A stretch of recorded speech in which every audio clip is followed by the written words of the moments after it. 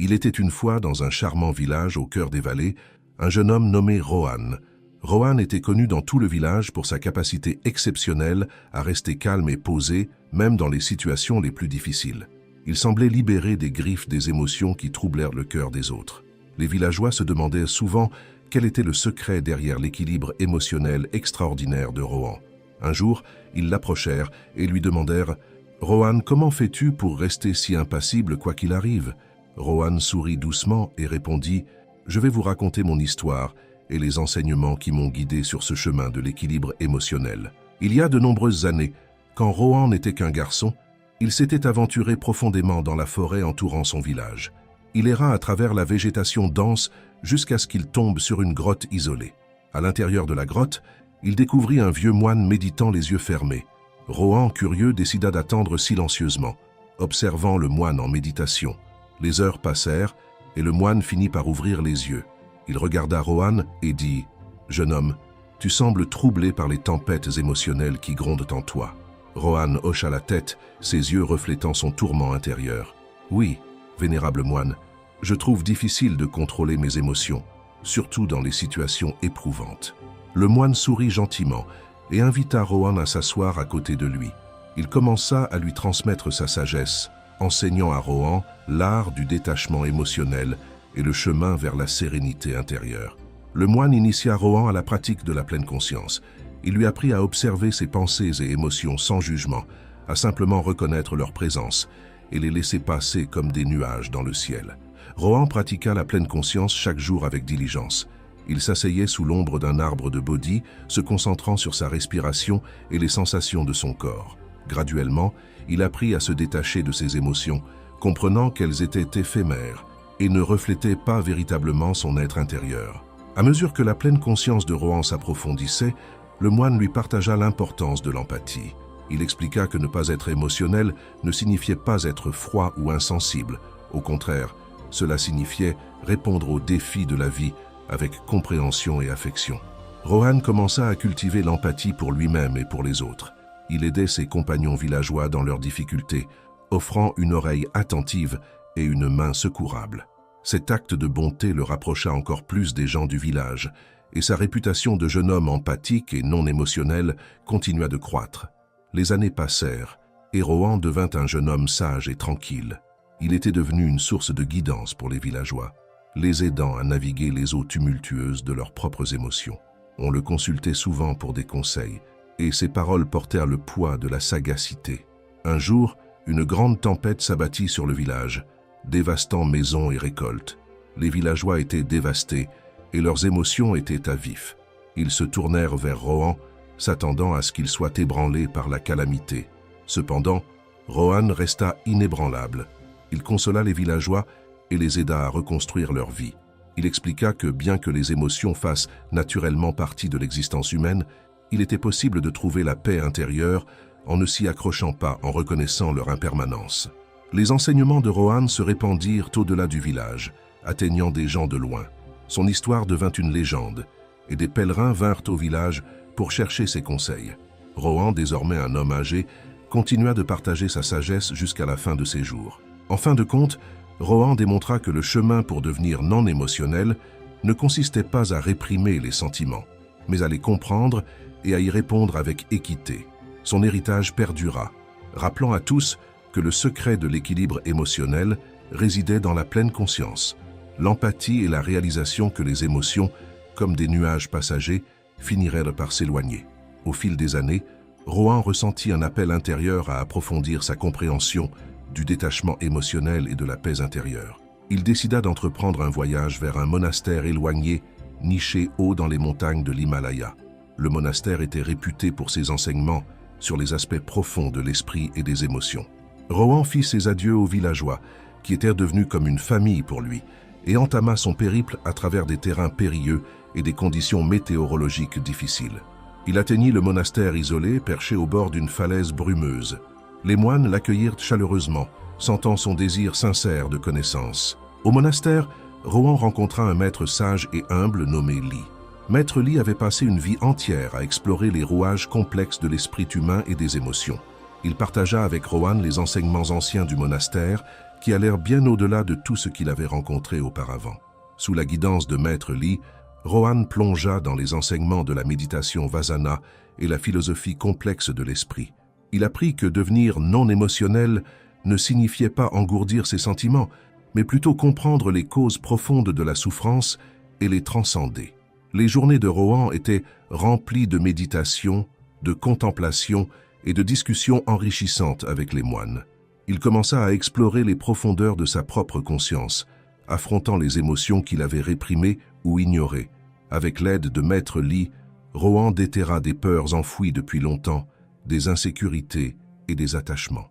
En affrontant ces émotions de front, Rohan réalisa que le véritable équilibre émotionnel nécessitait non seulement le détachement, mais aussi une compréhension profonde de soi.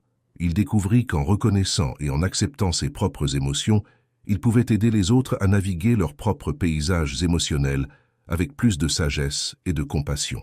Après plusieurs années d'études intensives et de méditation, Rohan sentit qu'il avait acquis une compréhension plus profonde de l'esprit humain et des émotions. Il savait qu'il était temps de retourner dans son village et de partager la sagesse qu'il avait acquise. À son retour, les villageois remarquèrent une transformation chez Rohan. Il rayonnait d'une paix et d'une clarté palpables. Ils se rassemblèrent autour de lui, impatients d'entendre parler de son voyage et des enseignements qu'il avait reçus. Rohan partagea ses expériences et les leçons profondes qu'il avait apprises au monastère lointain. Il enseigna aux villageois l'importance de la conscience de soi, de l'empathie et de la compréhension pour atteindre l'équilibre émotionnel.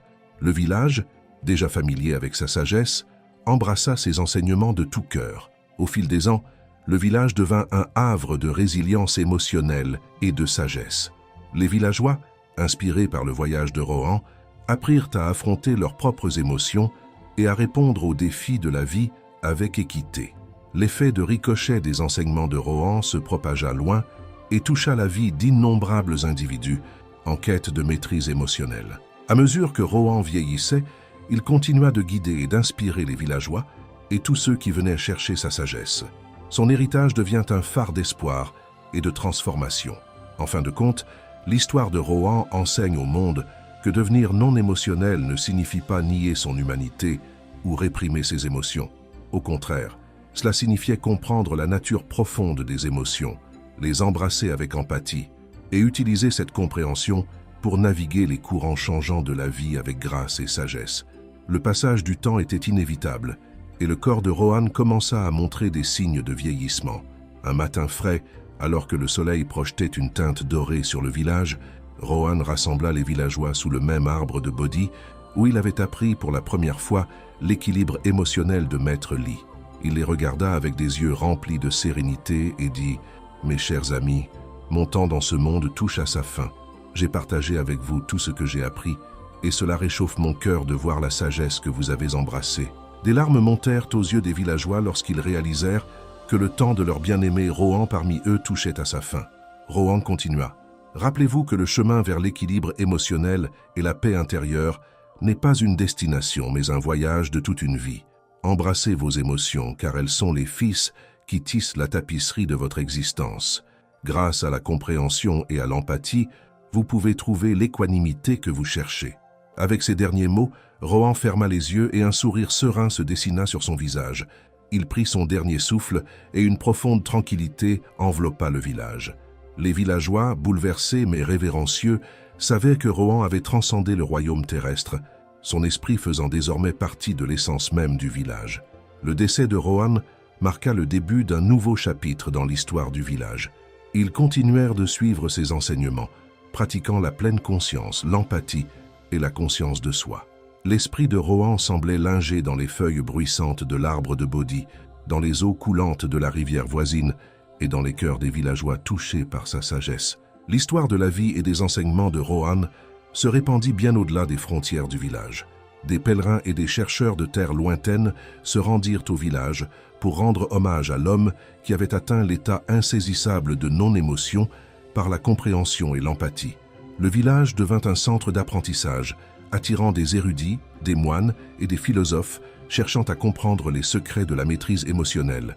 La sagesse de Rohan continua de se répandre dans le monde, inspirant d'innombrables individus à entreprendre leur propre voyage de découverte de soi et d'équilibre émotionnel.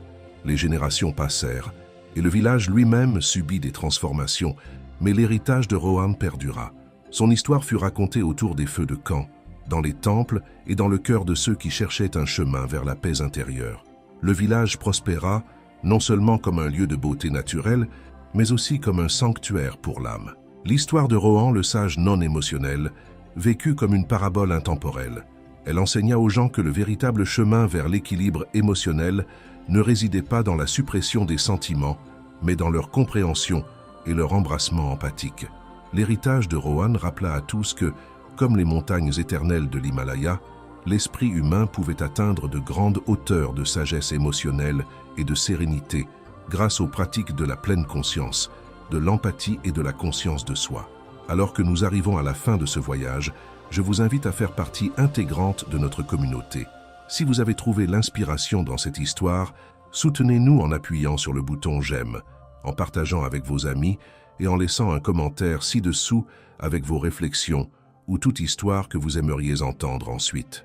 Pour plus de moments de motivation et de tranquillité, n'oubliez pas de vous abonner et d'activer la cloche de notification. Votre engagement alimente notre voyage. Merci de marcher sur ce chemin de sagesse et d'illumination avec nous.